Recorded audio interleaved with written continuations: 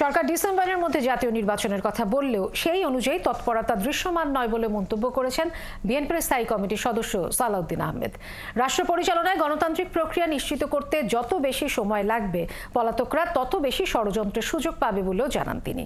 তাই ন্যূনতম সংস্কার শেষে নির্বাচনের রোডম্যাপ দিয়ে জনগণকে আশ্বস্ত করার তাগিদ দেন বিএনপির এই নীতি নির্ধারক। রহিম রুমনের প্রতিবেদন। আসুন আমরা সকলেই মিলে আবারও আওয়ামী সরকারের 15 বছরে দেশের নির্বিচারে গুম, খুন আর ধর্ষণের মতো ঘটনায় দেশের মানবাধিকার পরিস্থিতি পুরোপুরি বিপন্ন হয়েছে। সেই চিত্র তুলে ধরে রোববার প্রেস ক্লাবে এই আলোচনায় মানুষের ভোটাধিকারের গুরুত্ব তুলে ধরেন বক্তারা।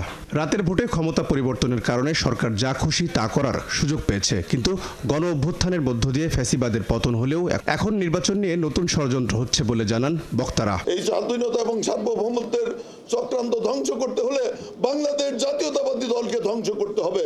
একমাত্র বাংলাদেশ জাতীয়তাবাদী দল স্বাধীনতার প্রতীক। আমাদের এখন একটাই, ওই আধিপত্যবাদী শক্তির হাত থেকে দেশটাকে রক্ষা করতে হবে এবং সেটাকে এবং জাতীয় আন্তর্জাতিক রাজনীতিতে দেশকে একটা স্থিতিশীল অবস্থায় রাখার জন্য বিএনপি ছাড়া কোনো বিকল্প নাই। সভায় বিএনপির স্থায়ী কমিটির সদস্য সালাউদ্দিন আহমেদ বলেন, দেশের সার্বভৌমত্ব রক্ষা আর গণতন্ত্র প্রতিষ্ঠায় একমাত্র উপায় নির্বাচন হলেও তা নিয়ে অনিশ্চয়তা কাটছে না।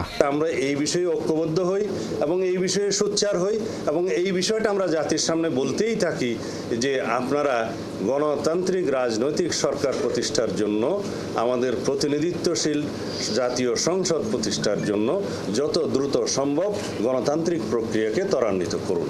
বিএনপির এই নেতার দাবি, সরকার ডিসেম্বরের মধ্যে নির্বাচনের কথা বললেও সেই অনুযায়ী তাদের কোনো তৎপরতা দৃশ্যমান নয়। দাবি করেন, গণতান্ত্রিক প্রক্রিয়ায় ফেরত যেতে দেশের যত বেশি সময় লাগবে, পলাতকরা তত বেশি ষড়যন্ত্রের সুযোগ পাবে।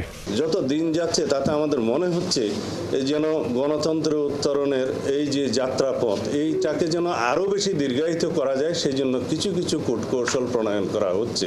সেটা থেকে যেন আমরা বিরত থাকি। শুধু পুলিশ প্রশাসন দিয়ে নয়, ফ্যাসিবাদকে রাজনীতি দিয়ে মোকাবেলা করতে না পারলে দেশের শৃঙ্খলা ফিরিয়ে আনা সম্ভব নয় বলেও জানান সালাউদ্দিন আহমেদ। শুধুমাত্র ফ্যাসিবাদকে আমরা পুলিশ দিয়ে যেন রুখে না দাঁড়ায়, যে পুলিশ দিয়ে তাদেরকে রাস্তায় রুখবো, সেটা বিষয় নয়। বিষয় হচ্ছে আপনাকে রাজনীতি দিয়ে রাজনীতিকে অপোজ করতে হবে। রহিম রুমন, ৭১, ঢাকা।